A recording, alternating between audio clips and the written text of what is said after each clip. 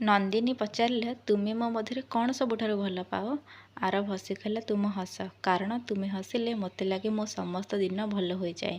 ନନ୍ଦିନୀ ଧୀରେ କହିଲା, ଆଉ ମୋତେ ତୁମର ମୋ ପ୍ରତି ଥିବା ବିଶ୍ୱାସ ଭଲ ଲାଗେ ଯେ ତୁମେ ମୋତେ ସବୁବେଳେ ବୁଝିବାକୁ ଚେଷ୍ଟା କର। ବାହାରେ ଜହ୍ନର ଆଲୋକ ଥିଲା, ପାଗ ବି ଥଣ୍ଡା ଥିଲା। ଏଣେ ରୁମ୍ ଭିତରେ ଦୁଇଟି ହୃଦୟ ଧୀରେ ଧୀରେ ଆହୁରି ନିକଟ ହେଉଥିଲେ। ସେହି ରାତି ସେମାନଙ୍କ ପାଇଁ କେବଳ ବିବାହ ପରର ପ୍ରଥମ ରାତି ନଥିଲା। ଚାଲନ୍ତୁ କ'ଣ ହେଇଥିଲା ଷ୍ଟୋରି ପଢ଼ିଲେ ଜାଣିବା। ଭୁବନେଶ୍ୱରର ସହର ସକାଳ ସବୁଦିନ ପରି ବ୍ୟସ୍ତ ଥିଲା। ରାସ୍ତାରେ ଗାଡ଼ିର ଶବ୍ଦ, ଚା ଦୋକାନରେ ଭିଡ଼, ଆଉ କଲେଜକୁ ଯାଉଥିବା ଛାତ୍ରଛାତ୍ରୀଙ୍କ ହସରେ ସହର ଜୀବନ୍ତ ଲାଗୁଥିଲା। ସେହି ସହରରେ ରହୁଥିଲା ଆରବ। ବୟସ 24 ବର୍ଷ। ସେ ଜଣେ ଯୁବ ଆର୍କିଟେକ୍ଟ ଥିଲା। ନୂଆ ନୂଆ ଘରର ଡିଜାଇନ୍ କରିବା ତା'ର ପେଶା। କିନ୍ତୁ ତା'ର ନିଜ ହୃଦୟଟା ଏଯାଏଁ ଖାଲି ଥିଲା। ଅନ୍ୟପଟେ ଥିଲା ନନ୍ଦିନୀ। ସେ ଜଣେ ଯୁବ ଲେଖିକା। ଛୋଟ ଛୋଟ କାହାଣୀ ଲେଖିବା ଓ କଫି ପିଇ ବର୍ଷା ଦେଖିବା ତା'ର ବହୁତ ପସନ୍ଦ ଥିଲା। ସେ ଭାବୁଥିଲା, ପ୍ରେମ କେବଳ କାହାଣୀରେ ସୁନ୍ଦର ଲାଗେ, ବାସ୍ତବରେ ନୁହେଁ। ଗୋଟିଏ ରବିବାର ସକାଳେ ସହରରେ ଏକ ପୁସ୍ତକ ପ୍ରଦର୍ଶନୀ ଲାଗିଥିଲା। ନନ୍ଦିନୀ ନିଜର ନୂଆ ପୁସ୍ତକ କିଣିବାକୁ ଯାଇଥିଲା। ସେହି ସମୟରେ ଆରବ ନିଜ ମା'ଙ୍କ ପାଇଁ ଗୋଟିଏ ଉପନ୍ୟାସ କିଣିବାକୁ ଆସିଥିଲେ। ଦୁହେଁ ଏକା ସାଥିରେ ସେହି ଏକ ପୁସ୍ତକକୁ ହାତ ବଢ଼ାଇଲେ। ସରି, ଦୁହେଁ ଏକା ସାଥିରେ କହିଦେଲେ। କିଛି ମୁହୂର୍ତ୍ତ ପାଇଁ ଦୁହିଁଙ୍କ ଆଖି ମିଶିଗଲା। ନନ୍ଦିନୀ ହାଲୁକା ହସି ପୁସ୍ତକଟି ଆରବଙ୍କ ହାତରେ ଦେଇ କହିଲା, ଆପଣ ନେଇ ନିଅନ୍ତୁ। ଆରବ ମୁଣ୍ଡ ହଲାଇ କହିଲା, ନା, ଯାହାଙ୍କ ମୁହଁରେ ପୁସ୍ତକ ଦେଖି ଏତେ ଖୁସି ଦେଖାଯାଉଛି, ପୁସ୍ତକଟା ତାଙ୍କରି ହେବା ଉଚିତ। ନନ୍ଦିନୀ ହସିଦେଲା। ସେହି ଛୋଟ କଥାବାର୍ତ୍ତା ସେମାନଙ୍କ ମନରେ ଏକ ଅଜଣା ସ୍ମୃତି ଝାଡ଼ିଦେଲା। ପୁସ୍ତକ କିଣି ଦୁହେଁ ଅଲଗା ରାସ୍ତାରେ ଚାଲିଗଲେ। କିନ୍ତୁ ଭାଗ୍ୟର ଯୋଜନା ଅନ୍ୟ କିଛି ଥିଲା। ସନ୍ଧ୍ୟାରେ ହଠାତ୍ ବର୍ଷା ଆରମ୍ଭ ହେଲା। ନନ୍ଦିନୀ ବସ୍ ଷ୍ଟପରେ ଠିଆ ହୋଇଥିଲା। ତା' ପାଖରେ ଛତା ନଥିଲା। ସେହି ସମୟରେ ଗୋଟିଏ କାର ଆସି ଅଟକିଲା। ଆରବ ଗାଡ଼ିରୁ ଓହ୍ଲାଇ କହିଲା, ପୁଣି ଦେଖା ହେଇଗଲା। ନନ୍ଦିନୀ ଆଶ୍ଚର୍ଯ୍ୟ ହୋଇ ହସିଲା। ଲାଗୁଛି ଆଜି ଭାଗ୍ୟ ଆମକୁ ବାରମ୍ବାର ମିଶାଉଛି। ଆରବ ନିଜ ଛତାଟି ଖୋଲି କହିଲା, ଯଦି ଆପଣଙ୍କ ଆପତ୍ତି ନଥାଏ ମୁଁ ଆପଣଙ୍କୁ ଘର ପର୍ଯ୍ୟନ୍ତ ଛାଡ଼ି ଦେଇପାରେ। ନନ୍ଦିନୀ କିଛିକ୍ଷଣ ଚୁପ୍ ରହିଲା। ଧୀରେ ଧୀରେ ମୁଣ୍ଡ ହଲାଇ ଦେଲା। ଦୁହେଁ ଗୋଟିଏ ଛତା ତଳେ ଚାଲିବାକୁ ଲାଗିଲେ। ବର୍ଷାର ବୁନ୍ଦା ଛତା ଉପରେ ପଡ଼ି ସୁନ୍ଦର ସୁର ସୃଷ୍ଟି କରୁଥିଲା। ସେହିଦିନ ସେମାନେ ନିଜ କାମ ବ୍ୟତୀତ ଆଉ କିଛି ଜାଣିଲେ ନାହିଁ। କିନ୍ତୁ ଦୁହେଁ ନିଜ ନିଜ ଘରକୁ ଫେରିଲା ପରେ ମଧ୍ୟ ମନରେ ଗୋଟିଏ ପ୍ରଶ୍ନ ଘୁରୁଥିଲା, ଏହା କି କେବଳ ଗୋଟିଏ ସଂଯୋଗ, ନା ଗୋଟିଏ ନୂଆ କାହାଣୀର ଆରମ୍ଭ? ବର୍ଷାର ସେହି ଦିନ ପରେ ଆରବ ଓ ନନ୍ଦିନୀଙ୍କ ମଧ୍ୟରେ ଏକ ଅଜଣା ସମ୍ପର୍କ ଆରମ୍ଭ ହୋଇଗଲା। ସେମାନେ ପରସ୍ପରଙ୍କ ନମ୍ବର ନେଇ ନଥିଲେ, କିନ୍ତୁ ମନର କୌଣସି ଏକ କୋଣରେ ଏକ ଅପରକୁ ମନେ ରଖିଥିଲେ। କିଛିଦିନ ପରେ ନନ୍ଦିନୀ ଏକ କଫି ସପରେ ବସି ନିଜ ଲାପଟପରେ କାହାଣୀ ଲେଖୁଥିଲା। ହଠାତ୍ ପାଖର ଟେବୁଲରେ ବସିଥିବା ଜଣେ ଲୋକଙ୍କୁ ଦେଖି ସେ ଆଶ୍ଚର୍ଯ୍ୟ ହେଲା। ସେ ଥିଲା ଆରବ। ଦୁହେଁଙ୍କ ଆଖି ମିଶିଗଲା। ଆରବ ହସି କହିଲା, ଲାଗୁଛି ଭାଗ୍ୟ ଆମକୁ ପୁଣି ମିଶାଇ ଦେଲା। ନନ୍ଦିନୀ ହସି ଉତ୍ତର ଦେଲା, ହେଲେ ତୁମେ ଏକୁଟିଆ ଆସିଛ? ଏକୁଟିଆ ଆସିବିନି ତ ଆଉ କ'ଣ? କୋଉ ଗୋଟେ ଝିଅ ଗାର୍ଲଫ୍ରେଣ୍ଡ ଥାନ୍ତା, ସେତିକି ବି ନାହିଁ। ସେହି କଥାରେ ଦୁହେଁ ହସିଦେଲେ। ସେହିଦିନ ପ୍ରଥମ ଥର ପାଇଁ ସେମାନଙ୍କ ଦୀର୍ଘ ସମୟ କଥା ହେଲେ। ଆରବ ଜାଣିଲା ଯେ ନନ୍ଦିନୀ ଛୋଟବେଳୁ ଲେଖିକା ହେବାର ସ୍ୱପ୍ନ ଦେଖୁଥିଲେ। ଆଉ ନନ୍ଦିନୀ ଜାଣିଲା ଯେ ଆରବ ନିଜ ଡିଜାଇନରେ କେବଳ ଘର ନୁହେଁ, ଲୋକଙ୍କ ସ୍ୱପ୍ନକୁ ଆକାର ଦେବା ପାଇଁ ଚାହୁଁଥିଲା। ତୁମେ ଏତେ ଶାନ୍ତ କାହିଁକି? ନନ୍ଦିନୀ ପଚାରିଲା। ଆରବ ହସି କହିଲା, କାରଣ ମୋ କଥା ଶୁଣିବା ପାଇଁ ଠିକ୍ ଲୋକ ମିଳିନଥିଲେ। ନନ୍ଦିନୀ ହାଲୁକା ସ୍ୱରରେ କହିଲା, ତାହେଲେ ଏବେ କ'ଣ ମିଳିଗଲେ? ସେହିଦିନଠାରୁ ସେମାନଙ୍କ କଥାବାର୍ତ୍ତା ବଢ଼ିଗଲା। ପ୍ରତି ସକାଳେ ଆରବର ଏକ ଛୋଟ ସନ୍ଦେଶ ଆସୁଥିଲା, ଆଜି କ'ଣ ଲେଖିବାକୁ ଭାବିଛ? ନନ୍ଦିନୀ ଉତ୍ତର ଦେଉଥିଲା, ଆଜି ଗୋଟିଏ ଏମିତି ମଣିଷ ବିଷୟରେ ଲେଖିବି ଯିଏ ଅଜାଣତେ ମୋ ହସର କାରଣ ହୋଇଯାଇଛି। ଆରବ ସେହି ମେସେଜକୁ ପଢ଼ି ଅନେକ ସମୟ ହସୁଥିଲା। ଦିନ ଗଡ଼ିବା ସହିତ ସେମାନଙ୍କ ବନ୍ଧୁତ୍ୱ ଆହୁରି ଗଭୀର ହେଲା। ସେମାନେ ସହରର ଛୋଟ ଛୋଟ ସ୍ଥାନ ବୁଲୁଥିଲେ, ରାସ୍ତା କଡ଼ରେ ଚା ପିଉଥିଲେ ଏବଂ ଜୀବନର ସବୁ କଥା ପରସ୍ପରକୁ କହୁଥିଲେ। ଗୋଟିଏ ସନ୍ଧ୍ୟାରେ ସେମାନେ ଏକ ପାର୍କରେ ବସିଥିଲେ। ଆକାଶର ଅଧା ଚାନ୍ଦ ଦେଖାଯାଉଥିଲା। ନନ୍ଦିନୀ ଚାନ୍ଦକୁ ଦେଖି କହିଲା, ଜାଣିଛ, ମୋତେ ଅଧା ଚାନ୍ଦ ବହୁତ ଭଲ ଲାଗେ। ଆରବ ପଚାରିଲା, ପୂରା ଚାନ୍ଦ ନାହିଁ କାହିଁକି? ନନ୍ଦିନୀ ହସି କହିଲା, କାରଣ ଅଧା ଚାନ୍ଦ ଆମକୁ ମନେ ପକାଏ ଯେ କିଛି ଜିନିଷ ଅଧା ଥିଲେ ମଧ୍ୟ ସୁନ୍ଦର ହୋଇପାରେ। ଆରବ ତାକୁ ଦେଖି ରହିଗଲା। ସେହି ମୁହୂର୍ତ୍ତରେ ସେ ବୁଝିଗଲା, ନନ୍ଦିନୀ କେବଳ ଜଣେ ବନ୍ଧୁ ନୁହେଁ, ସେ ତା'ର ଦିନର ଖୁସି, ତା'ର ଚିନ୍ତାର ଶାନ୍ତି ଓ ତା'ର ହୃଦୟରେ ଏକ ବିଶେଷ ସ୍ଥାନ ହୋଇଯାଇଛି। କିନ୍ତୁ ଆରବ ନିଜ ମନର କଥା କହିବାକୁ ଡରୁଥିଲା। କାରଣ ତା'ର ଭୟ ଥିଲା ଆରବ ଏବେ ବୁଝି ସାରିଥିଲା ଯେ ନନ୍ଦିନୀ ତା ପାଇଁ କେବଳ ଜଣେ ବନ୍ଧୁ ନୁହେଁ, ସେ ତାର ଦିନର ଆରମ୍ଭ କାରଣ ହୋଇଯାଇଥିଲା, ରାତିର ଶେଷ ଚିନ୍ତା ମଧ୍ୟ ହୋଇଯାଇଥିଲା। କିନ୍ତୁ ଏହି ଅନୁଭବକୁ ଶବ୍ଦରେ କହିବା ଏତେ ସହଜ ନଥିଲା। ସେ ଅନେକ ଥର ଭାବିଥିଲା ନନ୍ଦିନୀକୁ କହିଦେବି ଯେ ମୁଁ ତାଙ୍କୁ ଭଲ ପାଏ, କିନ୍ତୁ ପ୍ରତିଥର ତାର ମନରେ ଗୋଟିଏ ଭୟ ଆସୁଥିଲା, ଯଦି ସେ ମୋତେ ସେଭଳି ଭାବନ୍ତି ନାହିଁ, ଯଦି ଆମର ବନ୍ଧୁତ୍ୱ ମଧ୍ୟ ଶେଷ ହୋଇଯାଏ। ଅନ୍ୟପଟେ ନନ୍ଦିନୀ ମଧ୍ୟ ଆରବକୁ ନେଇ ଅନେକ କିଛି ଅନୁଭବ କରୁଥିଲା। ଆରବର ଯତ୍ନ, ତାର ସରଳତା ଏବଂ ଛୋଟ ଛୋଟ କଥା ମନେ ରଖିବାର ଅଭ୍ୟାସ ତା ହୃଦୟକୁ ଛୁଇଁ ଯାଇଥିଲା, କିନ୍ତୁ ସେ ମଧ୍ୟ ନୀରବ ଥିଲା।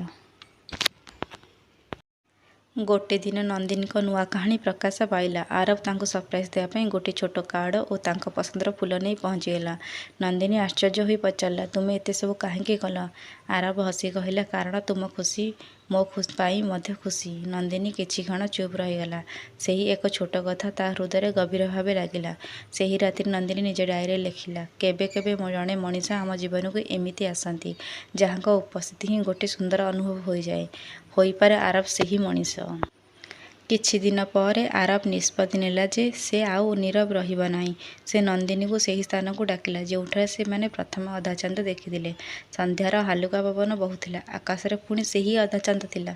ନନ୍ଦିନୀ ଆସି ପଚାରିଲା, କ'ଣ କଥା, ଆଜି ଏତେ ଗମ୍ଭୀର କାହିଁକି?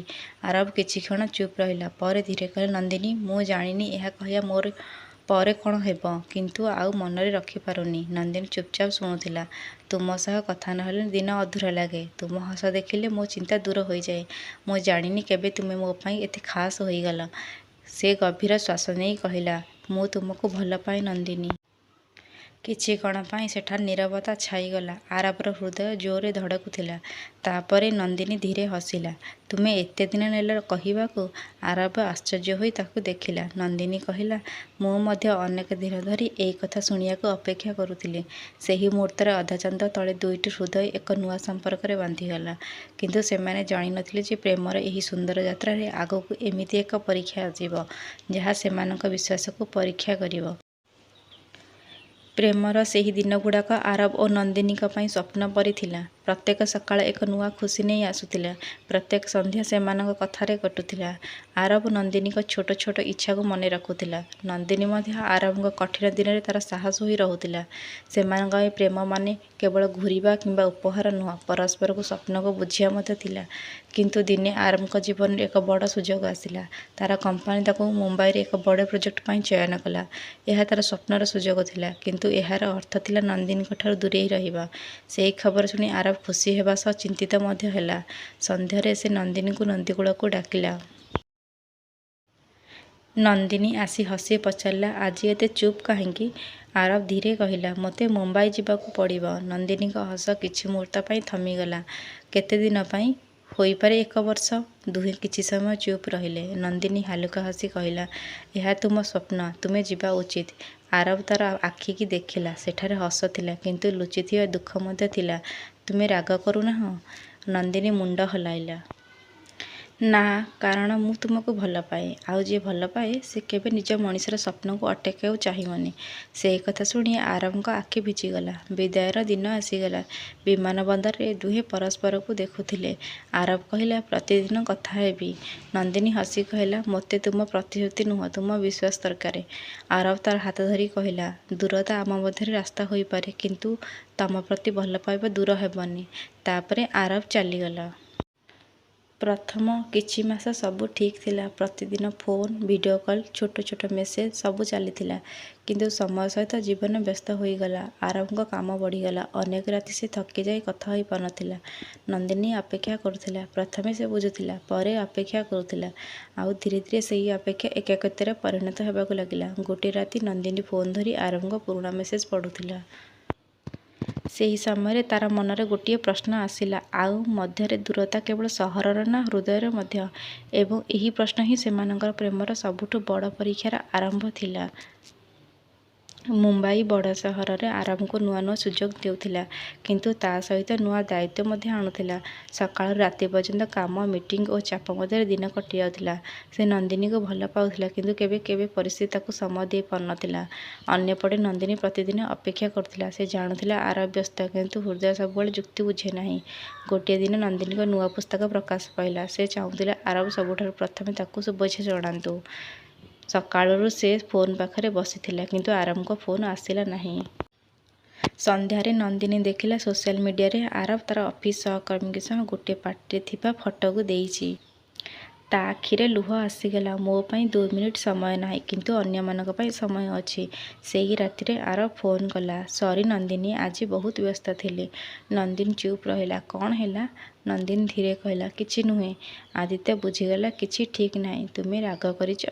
ନନ୍ଦିନୀଙ୍କ ସ୍ୱର ଭାଙ୍ଗିଗଲା। ରାଗ ନୁହେଁ ଆରବ, ମୁଁ କେବଳ ଥକିଗଲି ଅପେକ୍ଷା କରି କରି। ସେହି କଥା ଆରବକୁ ଆଘାତ କଲା। ତୁମେ ଭାବୁଛ ମୁଁ ତୁମକୁ ଗୁରୁତ୍ୱ ଦେଉନି? ମୁଁ ଜାଣିନି, ନନ୍ଦିନୀ କହିଲା, କିନ୍ତୁ ଏବେ ମୋତେ ସେମିତି ଲାଗୁଛି। ପ୍ରଥମ ଥର ପାଇଁ ସେମାନଙ୍କ କଥାରେ ନୀରବତା ଆସିଗଲା।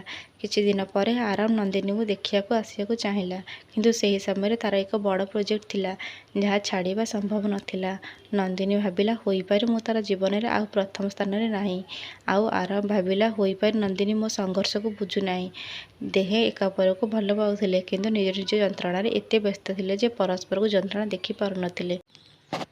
ଗୋଟିଏ ସନ୍ଧ୍ୟାରେ ନନ୍ଦିନୀ ଆରବଙ୍କୁ ଏକ ମେସେଜ୍ ପଠାଇଲା, ଆମେ ଦୁହେଁ ବଦଳି ଯାଇଛୁ। ହୋଇପାରେ ଆମକୁ କିଛି ସମୟ ଦରକାର। ଆରବ ସେହି ମେସେଜ୍ ପଢ଼ି ବହୁତ ସମୟ ଚୁପ୍ ରହିଲା। ସେ ତୁରନ୍ତ ଫୋନ୍ କରିବାକୁ ଚାହିଁଲା, କିନ୍ତୁ ତା'ର ଅହଙ୍କାର ଓ ଦୁଃଖ ତାକୁ ରୋକିଦେଲା। ସେହି ଦିନଠାରୁ ସେମାନଙ୍କ କଥାବାର୍ତ୍ତା କମିଗଲା। ଯେଉଁ ଦୁଇ ଲୋକ ଦିନକୁ ଘଣ୍ଟା ଘଣ୍ଟା କଥା ହେଉଥିଲେ, ସେମାନେ ଏବେ ଅଜଣା ଲୋକ ପରି ହେଉଥିଲେ। କିନ୍ତୁ ଦୁହିଁଙ୍କ ହୃଦୟରେ ଏକ କଥା ଏବେ ମଧ୍ୟ ଥିଲା, ମୁଁ ତୁମକୁ ଆଜି ମଧ୍ୟ ଭଲ ପାଏ। କେବଳ ସେହି କଥା କହିବା ପାଇଁ ସାହସ ଦୁହିଁଙ୍କ ପାଖରେ ନଥିଲା। 6 ମାସ ବିତିଗଲା। ସମୟ ଆଗକୁ ବଢ଼ୁଥିଲା, କିନ୍ତୁ ଆରବ ଓ ନନ୍ଦିନୀଙ୍କ ହୃଦୟ ସେହି ଏକ ସ୍ଥାନରେ ଅଟକି ରହିଥିଲା। ଆରବ ଏବେ ନିଜ କାମରେ ସଫଳ ହୋଇଥିଲା। ତା'ର ଡିଜାଇନ୍ କରୁଥିବା ପ୍ରୋଜେକ୍ଟକୁ ପୁରସ୍କାର ମିଳୁଥିଲା। ସମସ୍ତେ ତା'ର ସଫଳତାକୁ ପ୍ରଶଂସା କରୁଥିଲେ, କିନ୍ତୁ ଯେଉଁ ମଣିଷଟିଙ୍କ ଆଖିରେ ସେ ନିଜର ଖୁସି ଦେଖିବାକୁ ଚାହୁଁଥିଲା, ସେ ତା ପାଖରେ ନଥିଲା। ଗୋଟିଏ ରାତିରେ ଆରବ ନିଜ ପୁରୁଣା ଡାଏରୀ ଖୋଲିଲା। ସେଥିରେ ନନ୍ଦିନୀ ସହିତ କାଟିଥିବା ଦିନଗୁଡ଼ାକ ସ୍ମୃତି ଥିଲା। ପ୍ରଥମ ବର୍ଷାର ଦିନ, ପ୍ରଥମ କଫି, ଅଧା ଚାନ୍ଦ ତଳେ କହିଥିବା ପ୍ରେମର କଥା। ସବୁକିଛି। ଆରବଙ୍କ ଆଖି ଭିଜିଗଲା। ସେ ବୁଝିଲା ଯେ ନନ୍ଦିନୀକୁ ହରାଇ ନଥିଲା, କିନ୍ତୁ ତା'ର ଅବହେଳାରେ ତାଙ୍କୁ ଦୂର କରିଦେଇଥିଲା। ସେହି ସମୟରେ ନନ୍ଦିନୀ ମଧ୍ୟ ନିଜ ଡାଏରୀ ଖୋଲି ବସିଥିଲା। ସେ ଲେଖିଲା, ଆରବ ମୋତେ ସମୟ ଦେଇପାରିଲା ନାହିଁ, ଏହା ସତ, କିନ୍ତୁ ସେ କେବେ ମୋତେ ଭଲ ପାଇବା ବନ୍ଦ କରିଥିଲା କି? ହୋଇପାରେ ନାହିଁ। ତା ଆଖିରେ ଲୁହ ଝରିପଡ଼ିଲା। ଦୁହେଁ ବୁଝିଗଲେ ଯେ ସେମାନଙ୍କ ସମସ୍ୟା ପ୍ରେମର ଅଭାବ ନୁହେଁ, କେବଳ କଥା ନ ହେବାର ଦୂରତା ଥିଲା। କିଛି ଦିନ ପରେ ନନ୍ଦିନୀଙ୍କ ନୂଆ ପୁସ୍ତକର ଉନ୍ମୋଚନ ହେଲା। ସେହି ପୁସ୍ତକର ନାମ ଥିଲା ଅଧା ଚାନ୍ଦର ଅପେକ୍ଷା। ଆରବ ଯେତେବେଳେ ସେହି ନାମ ଦେଖିଲା, ତା'ର ହୃଦୟ ଜୋରରେ ଧଡ଼କିଲା। ସେ ଅନୁଭବ କଲା ଯେ ଏହି ପୁସ୍ତକ କେବଳ କାହାଣୀ ନୁହେଁ, ଏହା ସେମାନଙ୍କ ଅଧୁରା ପ୍ରେମର ଛାୟା। ସେ ନିଷ୍ପତ୍ତି ନେଲା ଆଉ ଥରେ ଭୟ କରିବ ନାହିଁ। ପୁସ୍ତକ ଉନ୍ମୋଚନ ଦିନ ନନ୍ଦିନୀ ମଞ୍ଚ ଉପରେ ଠିଆ ହୋଇଥିଲା। ଅନେକ ଲୋକ ତା'ର ପୁସ୍ତକ ବିଷୟରେ ପ୍ରଶଂସା କରୁଥିଲେ। ହଠାତ୍ ତା'ର ଆଖି ଭିଡ଼ ଭିତରେ ଜଣେ ପରିଚିତ ମୁହଁକୁ ଦେଖିଲା। ଆରବ ସେ କିଛି କ୍ଷଣ ପାଇଁ ଚୁପ୍ ରହିଗଲା। କାର୍ଯ୍ୟକ୍ରମ ଶେଷ ପରେ ଆରବ ଧୀରେ ତା ପାଖକୁ ଗଲା। ନନ୍ଦିନୀ? ସେହି ଗୋଟିଏ ଶବ୍ଦରେ 6 ମାସର ଦୂରତା ଲୁଚିଥିଲା। ନନ୍ଦିନୀ ଚୁପ୍ ରହିଲା। ଆରବ କହିଲା, ମୁଁ ତୁମକୁ ଦୋଷ ଦେବାକୁ ଆସିନି, ମୁଁ କେବଳ କ୍ଷମା ମାଗିବାକୁ ଆସିଛି।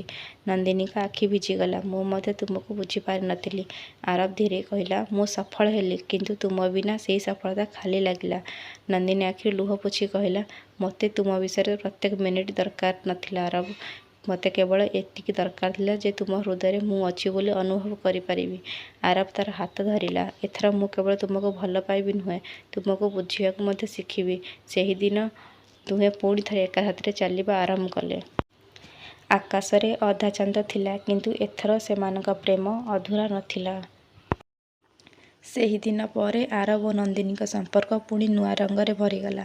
କିନ୍ତୁ ଏଥିରେ ସେମାନଙ୍କ ପ୍ରେମ ପୂର୍ବପରି କେବଳ ଭାବନାରେ ନୁହେଁ, ବୁଝାମଣା ଓ ବିଶ୍ୱାସରେ ମଧ୍ୟ ମଜବୁତ ହୋଇଥିଲା। ଆରବ ନିଜ କାମରେ ବ୍ୟସ୍ତ ଥିଲେ ମଧ୍ୟ ନନ୍ଦିନୀ ପାଇଁ ସମୟ ବାହାର କରୁଥିଲା। ନନ୍ଦିନୀ ମଧ୍ୟ ଆରବଙ୍କ ସ୍ୱପ୍ନକୁ ନିଜ ସ୍ୱପ୍ନ ପରି ସମ୍ମାନ କରୁଥିଲା। ସେମାନେ ଶିଖିଗଲେ ଯେ ପ୍ରେମର ଅର୍ଥ ସବୁବେଳେ ପାଖରେ ରହିବା ନୁହେଁ, ବରଂ ଦୂରେ ଥିଲେ ମଧ୍ୟ ହୃଦୟରେ ଏକା ସାଥିରେ ରହିବା। ଗୋଟିଏ ବର୍ଷ ପରେ ଆରବ ନନ୍ଦିନୀକୁ ସେହି ପୁରୁଣା ପାର୍କକୁ ଡାକିଲା, ଯେଉଁଠାରେ ସେମାନେ ପ୍ରଥମେ ଅଧା ଚାନ୍ଦ ଦେଖିଥିଲେ। ସେହି ରାତିର ଆକାଶ ବହୁତ ସୁନ୍ଦର ଥିଲା। ଚାରିପାଖ ଶାନ୍ତ ଥିଲା, ଆଉ ଚନ୍ଦ୍ରମା ପୂର୍ଣ୍ଣ ଆକାରରେ ଆଲୋକ ଦେଉଥିଲେ। ନନ୍ଦିନୀ ହସି କହିଲା, ଆଜି ଅଧା ଚାନ୍ଦ ନାହିଁ? ଆରବ ହସି କହିଲା, ହଁ, କାରଣ ଆଜି ଆମର କାହାଣୀ ମଧ୍ୟ ଅଧୁରା ନୁହେଁ। ସେ ନିଜ ପକେଟରୁ ଗୋଟିଏ ଛୋଟ ଡବା ବାହାର କଲା। ନନ୍ଦିନୀ ଆଶ୍ଚର୍ଯ୍ୟ ହୋଇ ତାକୁ ଦେଖିଲା। ଆରବ ତା'ର ସାମ୍ନାରେ ଆଣ୍ଠୁମାଡ଼ି ବସି କହିଲା, ନନ୍ଦିନୀ, ତୁମେ ମୋ ଜୀବନର ସେହି କାହାଣୀ ଯାହାକୁ ମୁଁ କେବେ ଶେଷ କରିବାକୁ ଚାହେଁନି। ତୁମେ ମୋ ଖୁସିର କାରଣ, ମୋ କଷ୍ଟର ସାହସ। ତୁମେ କି ମୋ ସହିତ ସାରା ଜୀବନ ଚାଲିବ? ନନ୍ଦିନୀ ଆଖିରେ ଖୁସିର ଲୁହ ଥିଲା। ସେ ହସି କହିଲା, ମୁଁ ତ ଅନେକ ଦିନ ପୂର୍ବରୁ ତୁମ ସହିତ ଚାଲିବା ଆରମ୍ଭ କରିଦେଇଥିଲି। ଦୁହେଁ ହସିଦେଲେ। କିଛି ମାସ ପରେ ସେମାନଙ୍କ ବିବାହ ହେଲା। ବିବାହ ଦିନ ନନ୍ଦିନୀ ଆରବଙ୍କୁ ଗୋଟିଏ ଚିଠି ଦେଲା। ଆରବ ଖୋଲି ଦେଖିଲା। ସେଥିରେ ଲେଖା ଥିଲା, ପ୍ରିୟ ଆରବ, ଆମ କାହାଣୀ ଅଧାଚାନ୍ଦାରୁ ଆରମ୍ଭ ହୋଇଥିଲା। ଆମେ ଭାବିଥିଲୁ ପ୍ରେମ ମାନେ ସବୁବେଳେ ଖୁସିର ମୁହୂର୍ତ୍ତ, କିନ୍ତୁ ଜୀବନ ଆମକୁ ଶିଖାଇ ଦେଲା ଯେ ପ୍ରେମ ମାନେ କଷ୍ଟର ସମୟ ମଧ୍ୟ ହାତ ଛାଡ଼ି ନଦେବ। ତୁମେ ମୋ ଅଧର ଚାନ୍ଦକୁ ପୁରା କରିଦେଲ। ଆରବ ଚିଠିଟି ପଢ଼ି ନନ୍ଦିନୀକୁ ଦେଖି ହସିଲା। ବିବାହର ସମସ୍ତ ରୀତିନୀତି ଶେଷ ହୋଇଯାଇଥିଲା। ଘର ଶାନ୍ତ ହୋଇଥିଲା। କିନ୍ତୁ ଆରବ ନନ୍ଦିନୀଙ୍କ ହୃଦୟରେ ନୂଆ ଅନୁଭବ, ହଜାର ଚିନ୍ତା ଚାଲିଥିଲା। ନନ୍ଦିନୀ ଘର ଭିତରେ ଚୁପଚାପ ବସିଥିଲା। ନୂଆ ସମ୍ପର୍କ, ନୂଆ ଘର, ନୂଆ ଜୀବନ, ସବୁକିଛି ତା ପାଇଁ ଅଜଣା ଥିଲା। ଆରବ ଘରକୁ ଆସି ତା ପାଖରେ ବସିଲା। ଆଜି ତୁମେ ବହୁତ ଚୁପ୍ ଅଛ। ଆରବ ହସି କହିଲା। ନନ୍ଦିନୀ ହାଲୁକା ହସି କହିଲା, ଟିକେ ଭୟ ଲାଗୁଛି। ସବୁକିଛି ନୂଆ ଲାଗୁଛି।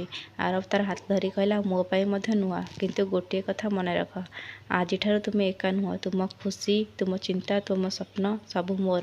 ନନ୍ଦିନୀଙ୍କ ମୁହଁରେ ହସ ଆସିଗଲା। ନନ୍ଦିନୀ ପଚାରିଲା, ତୁମେ ମୋ ମଧ୍ୟରେ କ'ଣ ସବୁଠାରୁ ଭଲ ପାଅ? ଆରବ ହସି କହିଲା, ତୁମ ହସ। କାରଣ ତୁମେ ହସିଲେ ମୋତେ ଲାଗେ ମୋ ସମସ୍ତ ଦିନ ଭଲ ହୋଇଯାଏ। ନନ୍ଦିନୀ ଧୀରେ କହିଲା, ଆଉ ମୋତେ ତୁମର ମୋ ପ୍ରତି ଥିବା ବିଶ୍ୱାସ ଭଲ ଲାଗେ, ଯେ ତୁମେ ମୋତେ ସବୁବେଳେ ବୁଝିବାକୁ ଚେଷ୍ଟା କର। ବାହାରେ ଚନ୍ଦ୍ରମାର ଆଲୋକ ଥିଲା। ଭିତରେ ଦୁଇଟି ହୃଦୟ ଧୀରେ ଧୀରେ ଆହୁରି ନିକଟ ହେଉଥିଲେ। ସେହି ରାତି ସେମାନଙ୍କ ପାଇଁ କେବଳ ବିବାହ ପରେ ପ୍ରଥମ ରାତି ନୁହେଁଥିଲା। ସେ ଥିଲା ଦୁଇଜଣଙ୍କ ଜୀବନସାରା ସାଥୀ ହେବାର ପ୍ରଥମ ପ୍ରତିଶ୍ରୁତି। ତା ପରଦିନ ପ୍ରଥମ ଥର ପାଇଁ ନନ୍ଦିନୀ ଆରବଙ୍କ ପରିବାର ସହିତ ସକାଳର ଖାଇବା ଖାଇଲା। ଟିକେ ଲାଜ ବି ଲାଗୁଥିଲା, କିନ୍ତୁ ସମସ୍ତଙ୍କ ଭଲ ପାଇବା ତାର ଭୟକୁ ଦୂର କରିଦେଲା। ସନ୍ଧ୍ୟାରେ ଆରବ ନନ୍ଦିନୀକୁ ବାହାରକୁ ନେଲା। କୁଆଡ଼େ ଯାଉଛେ? ନନ୍ଦିନୀ ପଚାରିଲା। ଆରବ ହସି କହିଲା, ଯେଉଁଠାରେ ଆମ କାହାଣୀ ଆରମ୍ଭ ହୋଇଥିଲା, ବୁକ୍ ଶପ୍, ତା ପାଖରେ ଥିବା ସେଇ ପାର୍କ। ସେମାନେ ସେଇ ପୁରୁଣା ପାର୍କକୁ ଗଲେ। ଆରବ କହିଲା, ମନେ ଅଛି ତୁମେ କହିଥିଲ ଯେ ପ୍ରେମର ସବୁଠାରୁ ବଡ଼ କଥା ହେଉଛି ବୁଝାମଣା?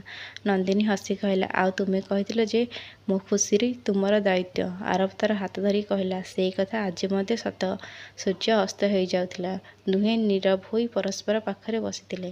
ସେମାନେ ବୁଝିଗଲେ ଯେ ବିବାହ କେବଳ ଗୋଟିଏ ଦିନର ଉତ୍ସବ ନୁହେଁ। ଏହା ପ୍ରତିଦିନ ନୂଆ କରି ଏକାପରକୁ ବାଛିବାର ଯାତ୍ରା। ଏବଂ ସେହି ଯାତ୍ରାରେ ସେମାନଙ୍କ ପାଖରେ ଥିଲା ଭଲ ପାଇବା ଓ ପରସ୍ପର ପ୍ରତି ବିଶ୍ୱାସ।